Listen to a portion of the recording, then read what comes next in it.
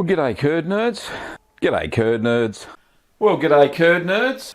Well, g'day, curd nerds. Well, g'day, curd nerds. Well, g'day, curd nerds.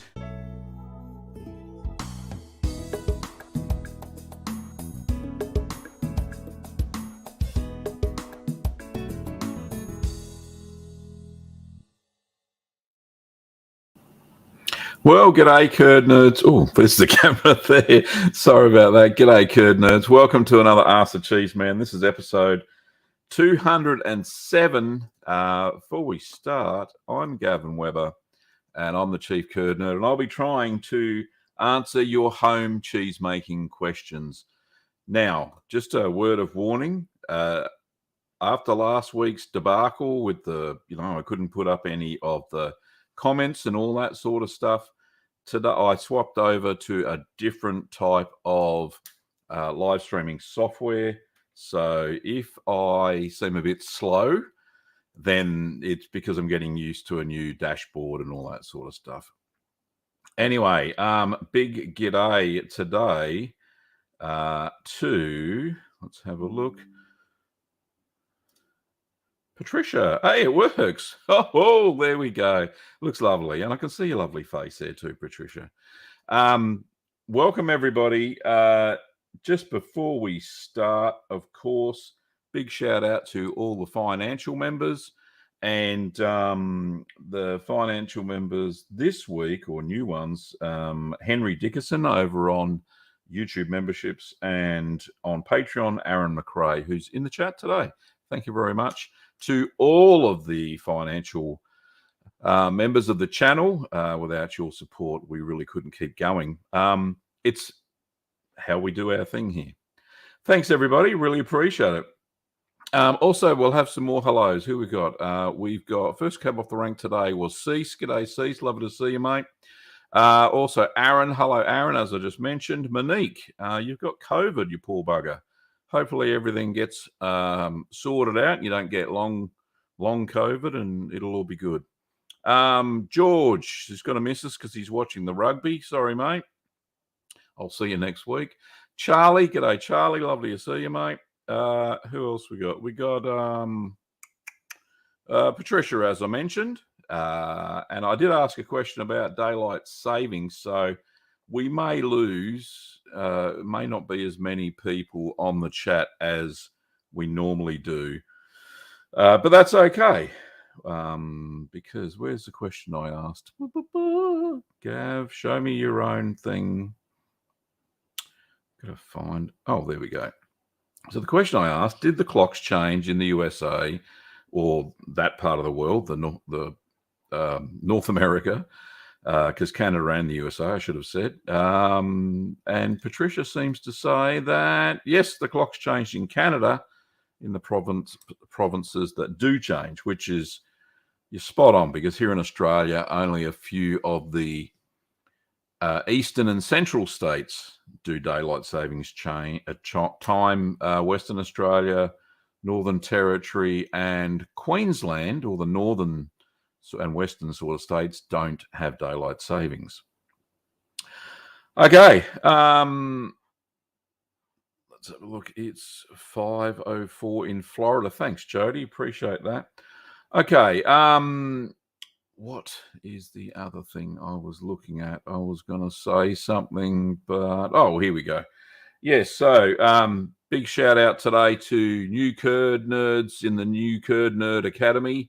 It's where I've got a single course at the moment. I'm thinking of a couple more. I was talking to Kim about them the other day. But welcome Emma Walford and John Scott to the Curd Nerd Academy, which is where you can learn all things cheesy.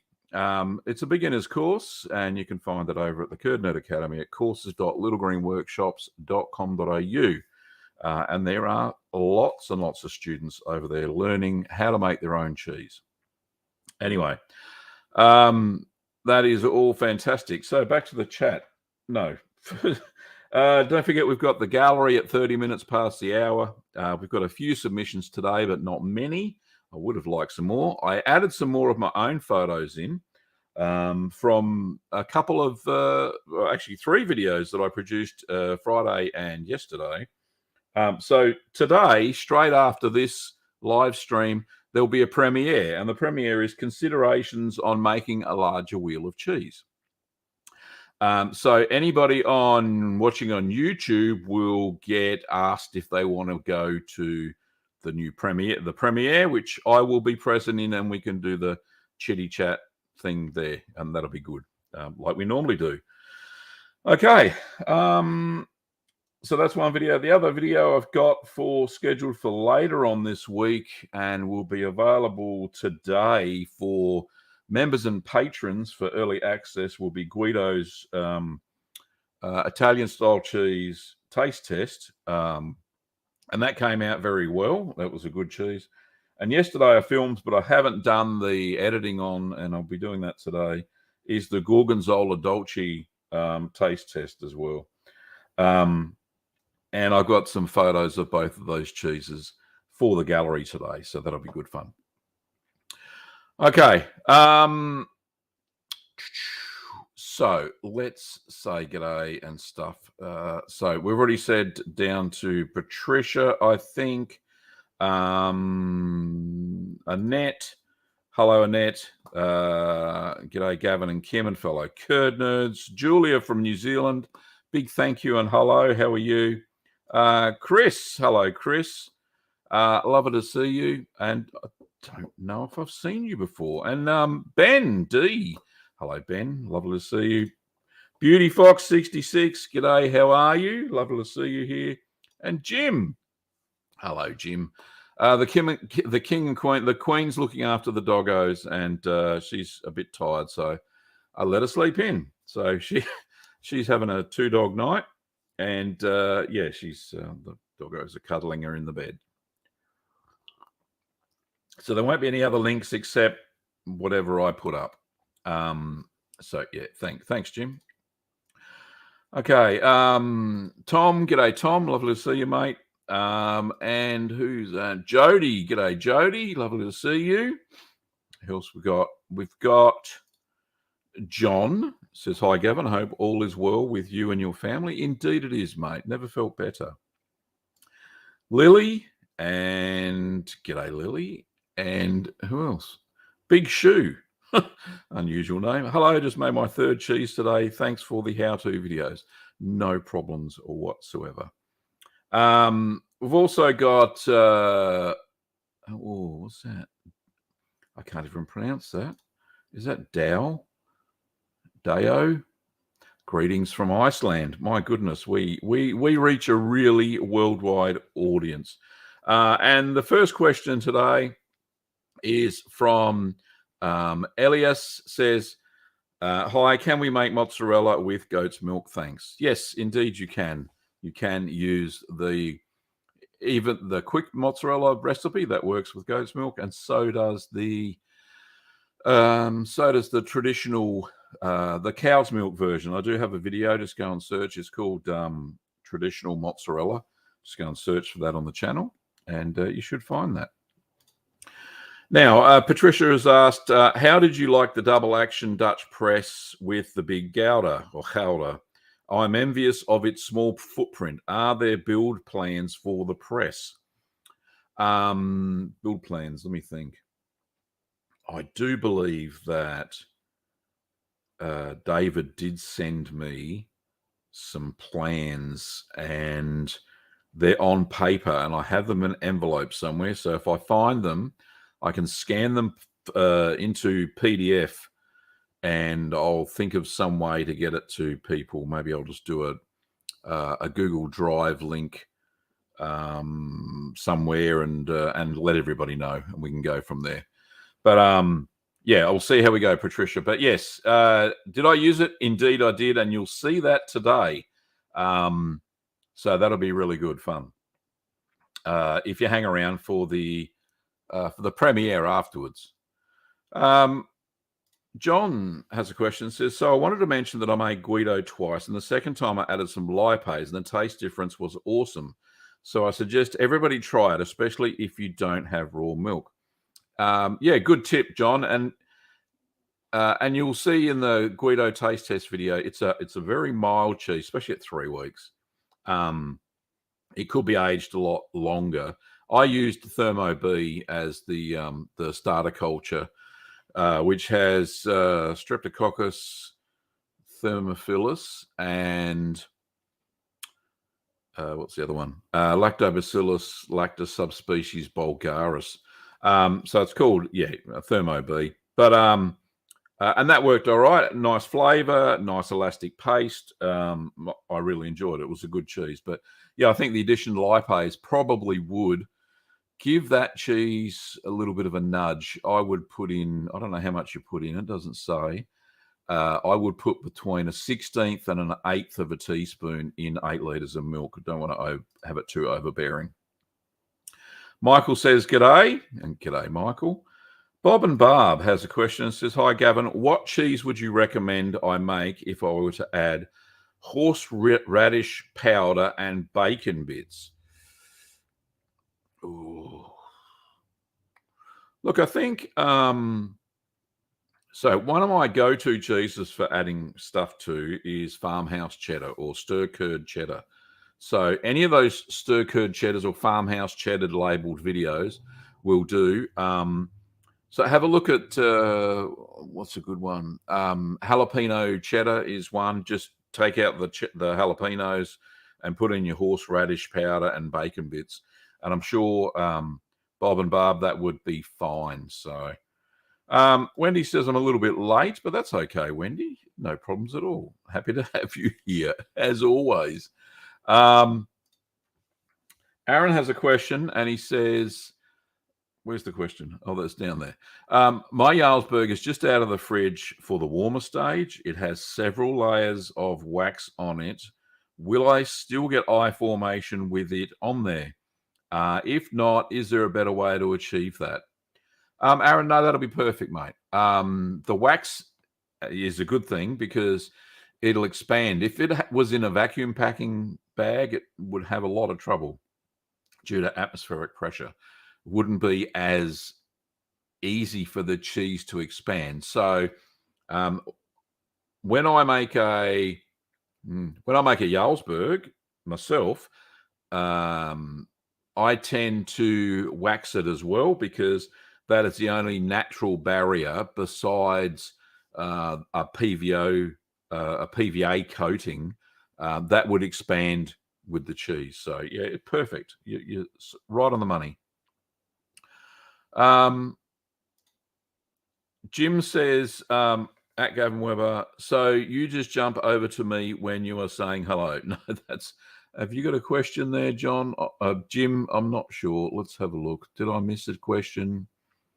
No, I don't think I did. Anyway, very cool. John says,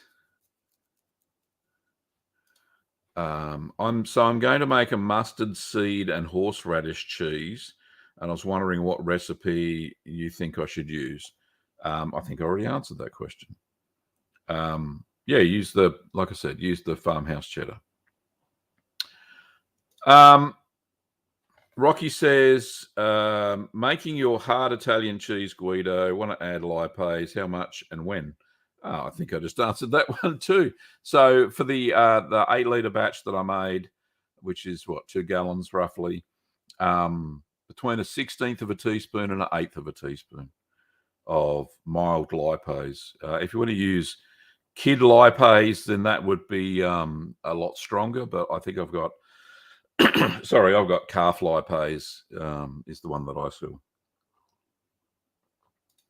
Alrighty, next question. Tom says, have 3 of your blues going now. I assume your buttermilk blue is your own invention. The Castle blue, is that inspired by Danish Castello blue? Let me think. So buttermilk blue it's a bit of a mishmash of a recipe that I got from, do I have the book? No, I don't have the book here. Mary Carlin's Artisan Cheese Making at Home, I think the book's called. There was a recipe in there for buttermilk blue. It was a lot smaller than what I wanted. And then I upscaled the recipe and changed it a little bit. So kind of my own creation, but I had a basis, a book recipe as a basis. So that was from Mary Carlin's book. Second question, the Castle Blue, is it inspired by Danish Castello Blue? No, it was actually a recipe in... Good question. I think it was in here. I think it was in this one. Easy. Let me just have a quick look. Ask the question. Got to get an answer. Castle Blue. Is it in here? CA. Yeah, so it's in this. 136. I upscaled it. 136. So, Castle Blue. There is a, I think, it actually comes from these guys' dairy. So Deborah Amram Boys, the author of the book, they run a dairy somewhere in the US. And it's actually their creation. So, and they put it in the book, so I copied it from there. But yeah, lovely cheese indeed. Okay. Lily says, London here. It's 21:10, which it's now 21:17. First time catching a live show. I think I've been signing up for classes. Okay, that's fantastic. Thank you, Lily. And lovely to see you. Ian says, good morning, or hello, Ian. And I've got your Asiago photos, and hopefully I'll be able to diagnose that for you in the gallery today. Corentin says, I took out the Guido last week. The kids love it. So I started another batch yesterday. Thanks for the tip on the lipase. I'll give it a try. No problems at all.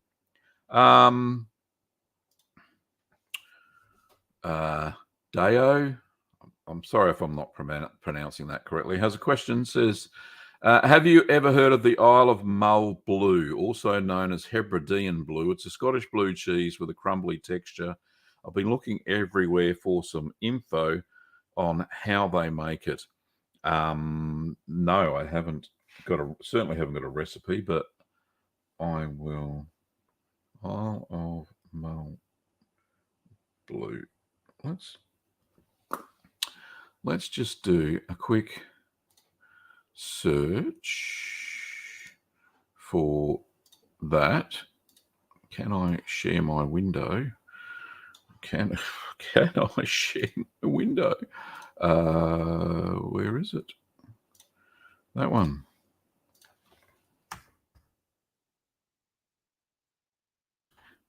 Here we go. I think I can add this to the stream. Let's do it like that. Isle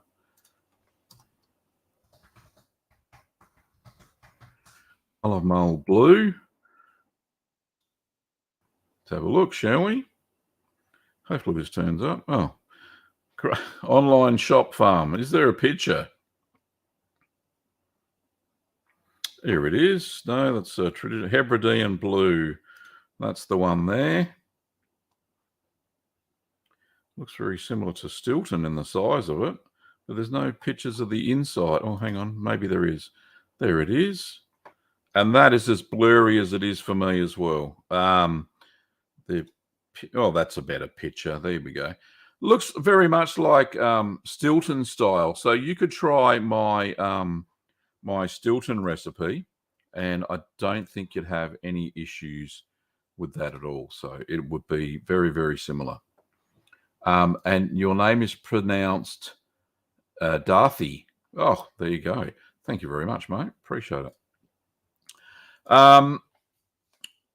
Beauty Fox 66 says, I'm addicted to blues. Castle Blue is my top favorite.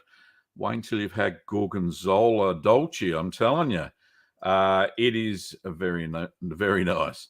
And just wondering what your favorite blue mold is. I love blue strong. So yeah, we do this. We got two strengths of blues. I think they're both from Sacco. One is Penicillium Roqueforti mild, and the other one is Penicillium Roqueforti strong. I tend to use the strong one because I get better vein development. Whenever I've used the mild one, yes, there is a subtle mild flavor, but I don't get the same veining development that I do when I use the strong Penicillium Roqueforti. And the strength of the blue cheese is determined by age. So the longer that the Penicillium Roqueforti breaks down the proteins within the cheese, the stronger the flavor and the creamier the cheese can become, depending on the moisture content of the curds, of course.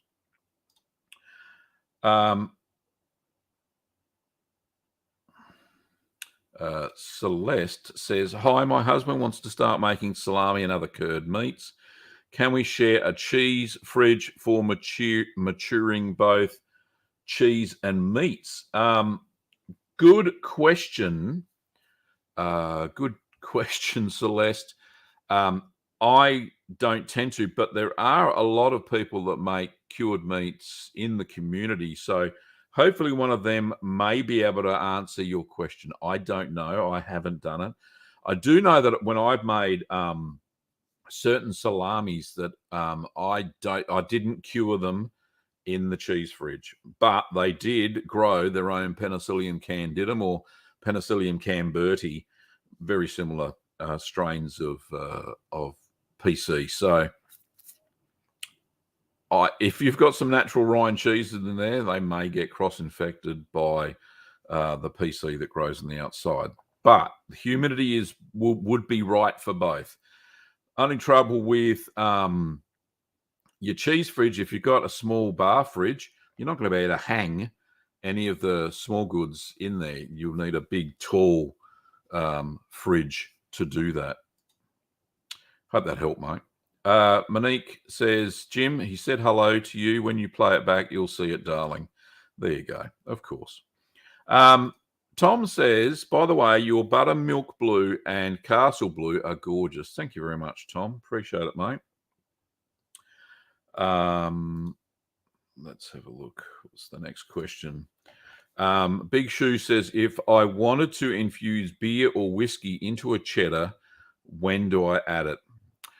Good question, because there is a video on stout cheddar. So go to the search. How do you search for a video on the channel? Let me show you. Let me just bring up a sharey thing. Share a screen. Share a Gav. There we go. Let's add that in. Rightio. So we are sharing this screen. If you go to my channel page, which is youtube.com/Gavin Weber, one word, and see this little search thing. So many people don't even realize that this is here. So we go to search and we put in, what are we putting in? I don't know how clear this is. It doesn't look very clear. So we're looking, what's it called? Stout, cheddar, something there above. There we go. So there's the stout cheddar. Oh, we don't want the 7-Eleven ad, and we're going to share the linky because we can, and we're going to pop it into the YouTube chat. There we go. So, yeah, go and check that video out. That's exactly how you make the stout cheddar. And there we go.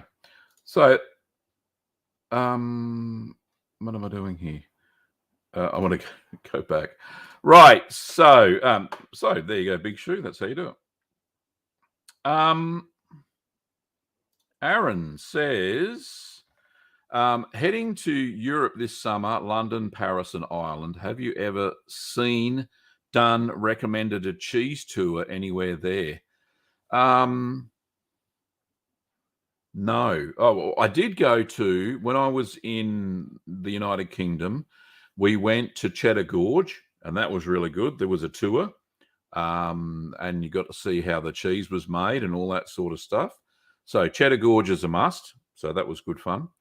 When I was in the Netherlands, you're not saying you're not going there, but when I was in the Netherlands, we went to Edam, the town of Edam, and saw how they made Edam cheese. So that was pretty cool.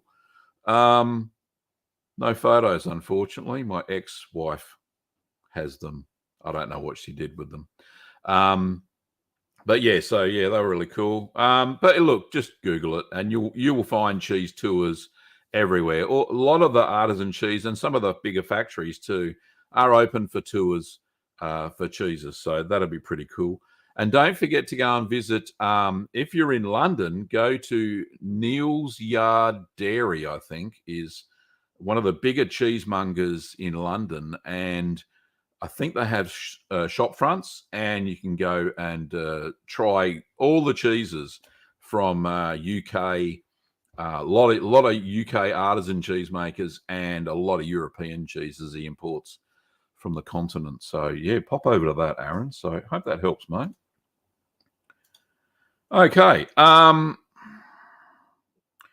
some more questions. What time is it? 4 minutes to go before the gallery.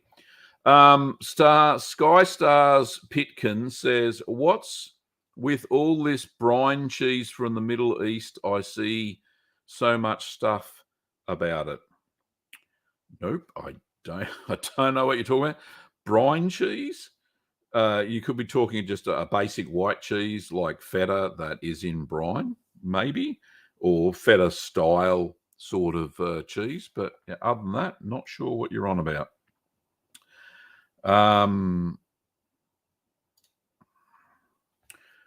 KC says, "I recently watched your double Gloucester cheese video. I was wondering if we could use a whole milk and heavy cream rather than searching for a higher fat milk." Yes, you can. So if you, I'm not sure what percentage of milk fat your pasteurized milk is. If it's about 3.25 or 3.3%, then you could definitely get away with adding about 250 milliliters, or what's that, 1 cup of cream to the milk, and that will bring it up to about 4.8%, which would be spot on for double Gloucester. So hope that helps. Anyway, Duffy says, "Have you ever just published your cheese making skills to create something completely different and new?" Yeah, indeed. There's a few creations I made. If you have a look at Bloomy Goat Blue, which is something different that I made. Another video that Petite Blue is another one. Let me think. There's quite a few. And I'll say in the description that they're my own creations. So yeah, you could go and have a look. Anyway, what have we got? That's it. So let's do the gallery, and let me just see if I can do this. New software, like I said, new software. It's all happening. Share a window. Here we go. Can we do it? Add it to the stream. Lovely. There we go. So there's a picture of me and a picture of. Can I move me? I couldn't do that on the old software. Anyway, so there we go. This is from Ian. And here we go. Ian says, "Hi, Gavin. I made this Asiago cheese over the weekend. Followed each step with a degree of precision. And at the end of the final stage of stirring, the curd was about the size of largish rice, grains of rice, perhaps 2.5 times bigger. But it could be pressed into a ball in the hand. However, when I did the initial press, the curds didn't knit, and they were pulled apart by the cheesecloth. I changed the cheesecloth to one that was a bit finer, repressed it, then pressed it overnight." Yes, all right, that is the gallery. Thank you, alarm. "I changed the cheesecloth to one that was a bit finer, repressed it, and then pressed overnight. In the morning, the cheese seemed to have knit, and then I brined it. After brining, fairly large cracks appeared and were getting worse. I found some advice online, which suggested a warmer water bath for 1 minute at 70 degrees and then repressed. I'm skeptical that this will work. However, I have done it. Would be interested in advice on what to do and reasons why this happened. In the moment between leaving the cheese press this morning and entering the brine, it was a beautiful cheese." Ian Anderson from Canberra. Thank you, Ian. So this is the first photo. So this is the cracky one. And then that is, or maybe that's the second one. So what I would highly suggest right now, this is a bit of a repair job. I would let it air dry. Ooh, lucky for a day. Out of brine, it dries pretty quickly. What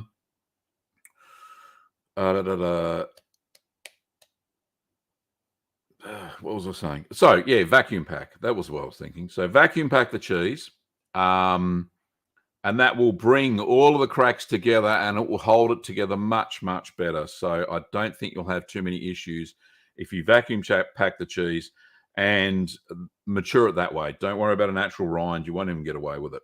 Now, to stop it from happening in the future, the curds were too dry, even though you could do the squeeze test, unfortunately. So the curds were too dry. So maybe stir for about 15, 20 minutes less. It all depends on the milk and the chemical composition of the milk at the time. Sorry. So that's and each cheese maker is different. Unfortunately, there's not much you can do about it. So that's just for the future. So you could stir a bit less, and the curds will be a bit plumper, and they would knit together better. Another thing you can do, and I've heard of this being done, but I've never done it myself, is exactly as you said, press. You can actually press it in the whey. So if your press can fit into the warm whey that's left over from your cheese making, press it in the whey if you think the curds are too dry, and you will find that it knits together much better and doesn't stick to the cloth as well. Another tip for these high temperature sorts of cheeses is spray the cheesecloth with vinegar, so white vinegar, and they don't tend to stick to the cheese. I find that when I make a Parmesan style or anything like that, that I always spray the cheesecloth with white vinegar, and I don't have any issues whatsoever. So I hope that helps, mate. Anyway, so let's back to the gallery. The next photo is, and this is a tip from Judy, and I don't know if I think Judy might be in the chat today. So Judy says, "Hi Gavin, somebody was asking this morning, this is last week's show, about humidity control. I struggled with it for a long time, getting it just right, especially for my blues. When I found one of these little hygrometers on eBay, 5 for $20. I keep one in each maturing box until I get the hang of it. Trouble is that I can't sterilize them, so I have to make sure that I don't cross-contaminate them. So you could write on them or put a little label on them, Judy. So yeah, you don't cross-contaminate the hygrometers. But yeah, they'd have a little button battery. They're only, 2 inches long. So they'd fit in any ripening boxes. It's a fantastic tip. Thank you so much, Judy. For anybody looking to figure out how humid their ripening box is. So I think that is absolutely spot on. So thank you for that, Judy. All right, so next gallery photo. Oh, look at that. Who's that bloke? This is this is the Gorgonzola Dolce I was talking about. Doesn't that look lovely? And I did use a cheese trier. Would you believe, for the first time ever, and I'm admitting it to you, ladies and gentlemen, I used a cheese trier out of my vast amount of stock I have of these things. And it worked a treat. And that was why I cut it open. You'll see in the video in about a week and a half's time, once I put it together. The Gorgonzola Dolce, I tested it first, pulled out a little plug of it to see if there was veining inside. And because there was on my little core sample, using the cheese trier, or a cheese iron, as some people call it, I cut it open, and look at that lovely veining. It's so good. Very mild cheese, had a lovely blue bite to it, but yeah, absolutely delicious. The next photo is my Guidos. So a little bit of mechanical holes there. Lovely paste, very elastic. It was absolutely delightful. So, great cheese. So that's my Guidos, and there'll be a taste test for that one out in about 5 days' time. I've just got to share it with the financial members first, as I do, who get early access to these things. But delicious cheese. Kim and I had both the Gorgonzola Dolce and the Guidos on a cheese platter last night for dinner. So we had a little charcuterie board type thing. So that was really good. Okay. And today's video after this is going to be Gavin's largest cheese. I made a chowder that'll be ready in the 14th of April. So that'll be a really nice cheese. And yeah, so you'll see all of the considerations I had to take into account when making a larger cheese. So yeah, so I think that's the end of the gallery. Yeah, it is. And we'll get to the questions in a second. So we'll stop sharing that and go back to me. There we go. So that was the gallery. That was not as hard as I thought it would be. So very cool. So let's get to some more questions. I'm sure there's some here.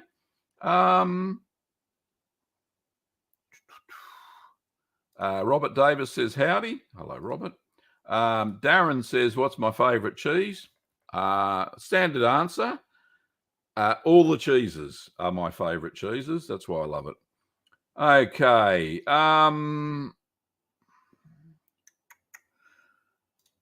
Beauty Fox 66 says, I've written and made 2 cheeses. One's a blue I called Little Boy Blue. It's delicious and creamy. I've made 5. Always turns out great tasting blue. Fantastic. Well done, Beauty Fox 66. If you want to share the recipe, I could make a video about it, depending on the variation, of course. But yeah, shoot me a... Oh, sorry, that's one thing I forgot to do, was show everybody how to email me gallery photos. So just hold that thought, Beauty Fox 66. Let's bring up the screen. Here we go.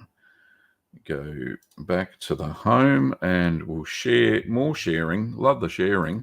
Sharing feature on this is so much easier. And it's not coming up. Very good resolution anyway. Well, for me anyway, so I don't know about you. But you go to the channel, Gavin Weber, of course, and you go to the About tab. This is how you send in photos to me in the address. And you go down to details, and down here it says, for business inquiries, sign in to see email address. And you sign in there with your Google account and your email address will appear. So bingo boingo, it'll all look lovely. So yeah, that's how you do it. So please feel free to send in any pictures of your cheese creations or recipes or what have you with photos. I'm quite happy to accept any of those. So yeah, that would be absolutely fantastic. Thank you so much for those today who sent in photos to the gallery. Ian and Judy, I really appreciate it. Okay. Let's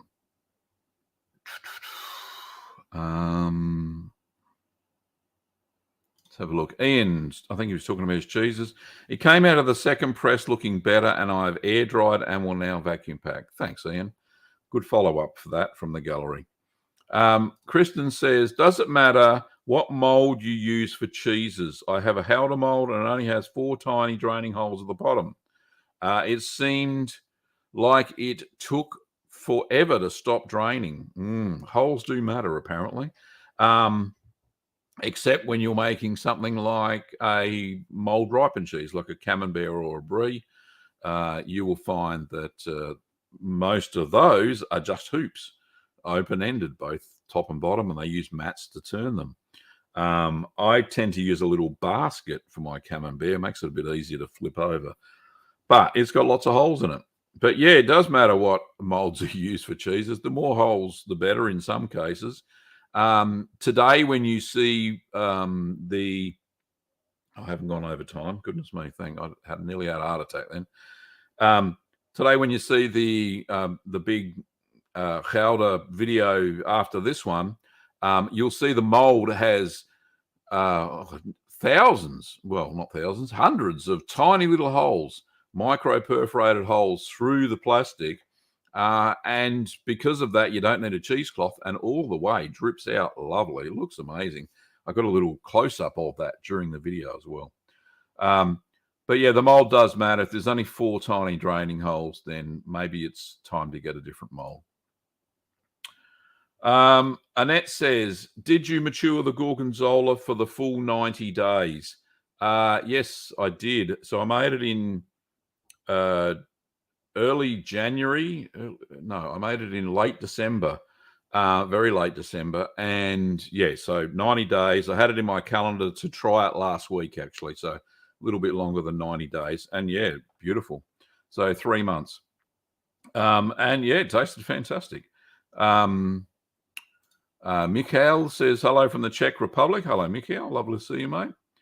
We've got no name on this one. Says, is your bumming goat blue? Why you added calcium chloride? I thought goat's milk, it was not necessary. It's blooming, not bumming. Blooming goat blue. Bloomy is what I called it. Why you added? I added calcium because the goat's milk I had was pasteurized. If you use unpasteurized goat's milk, you don't need to add calcium chloride. Whenever you use a heat-treated milk, it's better to err on the side of caution and add in some calcium chloride to add back some soluble calcium back to the milk that may have been destroyed during pasteurization process. Anyway, so having known that, William says, hi, Gavin. I've been working on Talagio right now, but as I handle it, it seems to be splitting in a few spots. Is this going to cause any issues, or should I continue washing and maturing?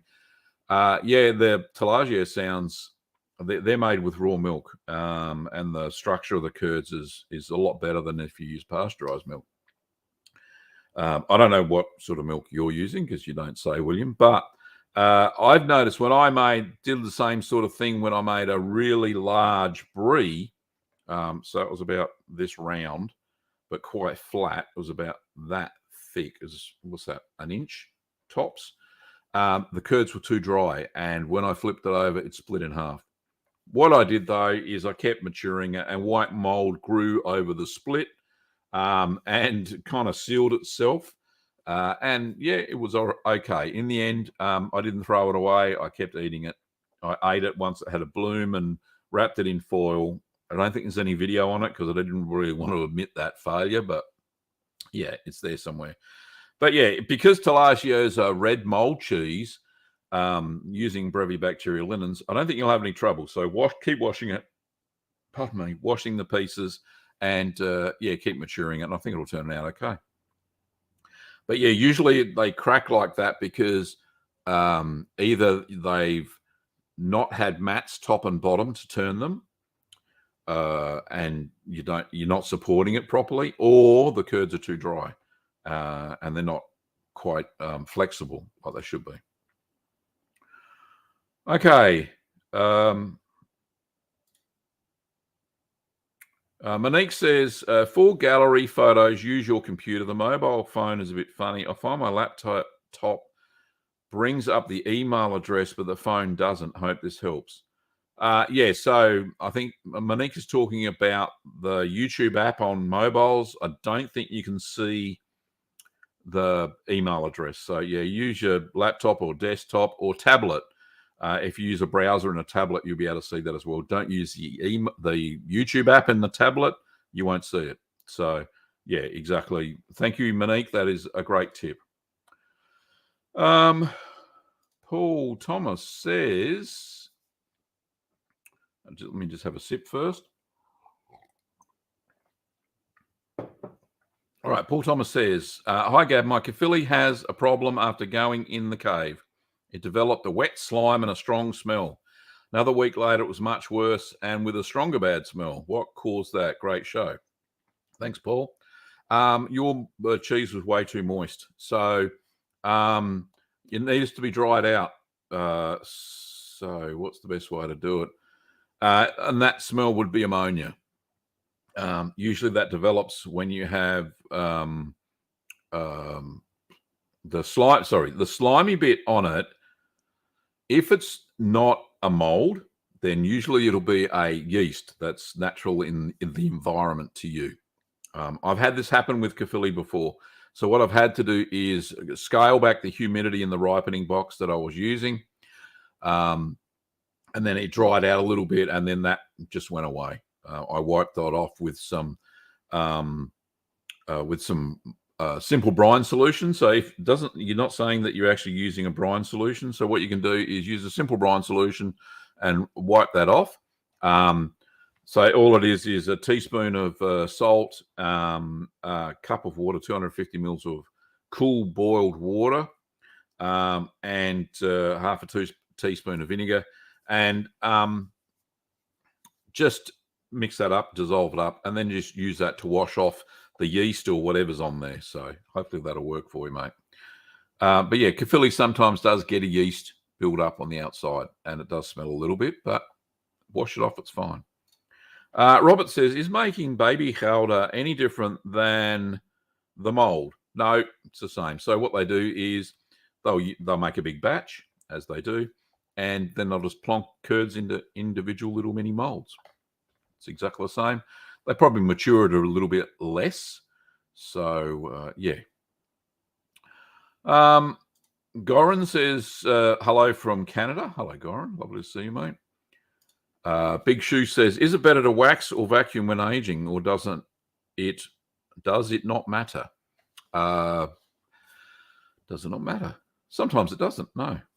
Any cheese that you can wax, you can vacuum pack. The only exception I usually do there is when I'm making a cheese that has eye development, like Emmentaler or Jarlsberg or Leerdama, any of those eye developed cheeses that you've added propionic Shimani to, I tend to wax those, or sometimes I don't wax them. I just let them have a natural rind in a ripening box. But they've got to be at a higher temperature for the propionic Shimani to start creating the carbon dioxide that creates the eyes or the holes in the cheese. And they need wax to expand. When you have vacuum packing, the atmospheric pressure is holding the cheese together. With the wax, it's just a coating, and it expands when the cheese expands. So that's the only caveat. But like I said, any cheese that you have seen in books to say wax, then you can vacuum pack them. There's no hassle with that. Peter Evans says, long time no see. Hello, Peter. Lovely to see you from the Facebook group Learn to Make Cheese. Let's have a look. Finca says that she's late. That's okay. You're allowed to be. Patricia says, gave some cheese to a friend who was watching their sodium intake, and we calculated how much sodium was in the cheese piece. I've never considered it before. Do you think it's possible to make a low sodium cheese? It's difficult, Patricia, because as you know, salt is essential as a preservative. It's an inhibitor of the lactic bacteria to stop it from growing any further and developing a sour or bitter taste because of too much lactose or too much proteolysis. So it slows down those processes within the cheese. It's there for flavor, of course, but in most cheeses, it's there as the mold inhibitor, the bacterial inhibitor, the starter culture inhibitor. Stops that runaway lactose development. Low sodium cheeses. Look, there's probably a lower limit. I don't know what it is because I tend to stick to the recipes.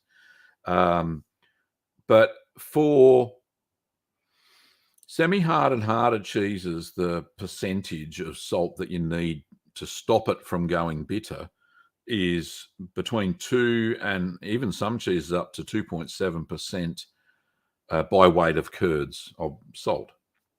So it'll be a bit of a juggling game. You could go down to the 2%.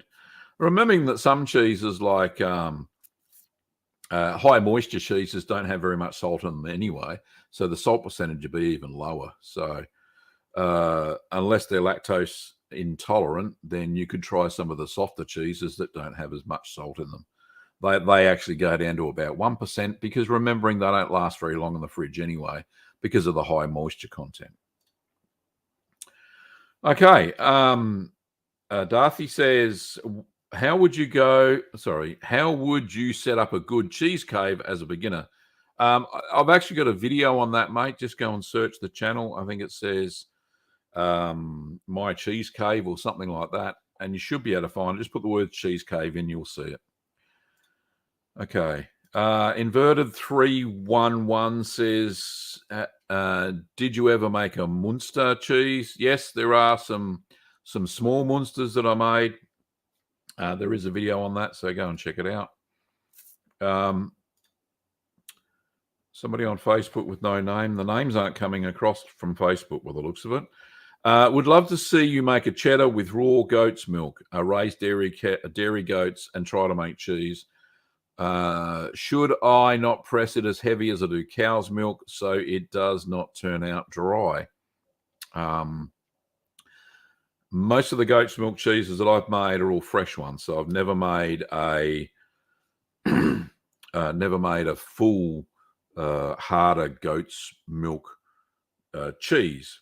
I would love to make a cheddar with raw goat's milk, but it's very hard to get your hands on raw goat's or raw milk anywhere here in Victoria because it's banned for sale to the public. So that's unfortunate.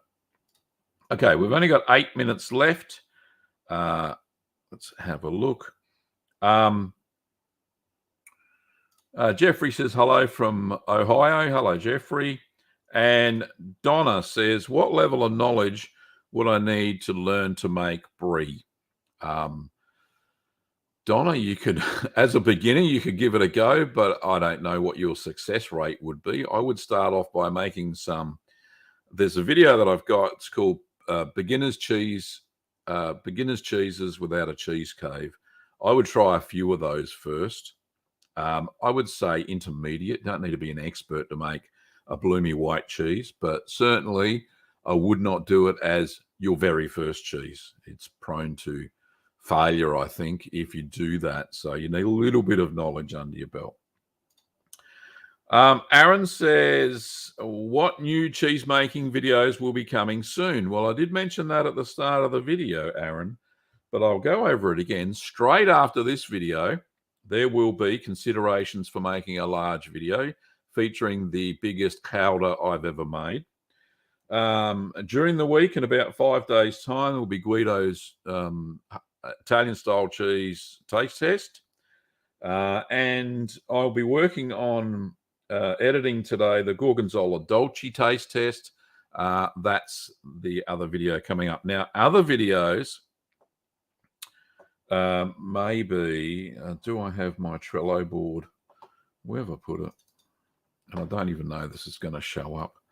But hang on. Just let me get that out the way. And I'll make that a bit bigger. And we'll see if I can share it. Okay, so sharing screen again. Once again, just before we go, I do have a list of videos in production. So I don't know if you can see that. It doesn't look very clear for me, but maybe it will be on the thing. So on the Trello board, what do we have? We've got Ways with Whey. That must be a long-standing joke by now. But pre-planning, I've got Red Windsor. I've got to get some ingredients for that. Caciotta, cheese molds, the good, the bad, and the ugly. Fundy Fog from Patricia, which I absolutely have to get done because it looks like an amazing cheese. I've got on the other side here Prima Donna Fino. We've got Tete de Moine, Danbo, Triple Cream, Jack in the Box, and Alp Blossom. I've got recipes for all those.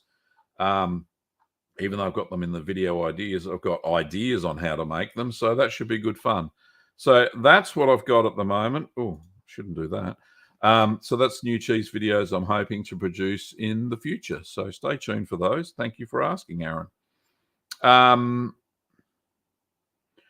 What time is it? 5 minutes to go before we cut over to the premiere.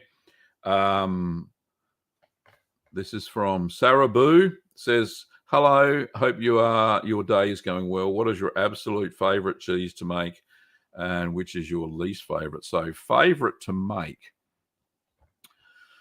Well, some of the simpler ones are always my favourite, the easy ones. One of the easy ones that I like to make is kefili. That is very simple to make. It's a simple Welsh cheese, very salty, but very delicious. Only takes 3 weeks to mature. The Guido's Italian style cheese, which I recently released a video on, was fun to make. It was easy. I do like, sometimes you go into the kitchen and you go, I just want to make something simple. So those easy cheeses are a delight to make. But I do really like the technical part of making cheese. So the more detailed a recipe is also fun. It's challenging. It's good to have a challenge in life. Some of my least favorite ones are the ones that don't work. And I have to recover them halfway through the cheese making process. But with those sorts of videos, I always show the mistakes and failures and recoveries and all that sort of stuff. You can always recover a cheese. You just got to know how, and hopefully I impart that sort of knowledge to you out there. Okay.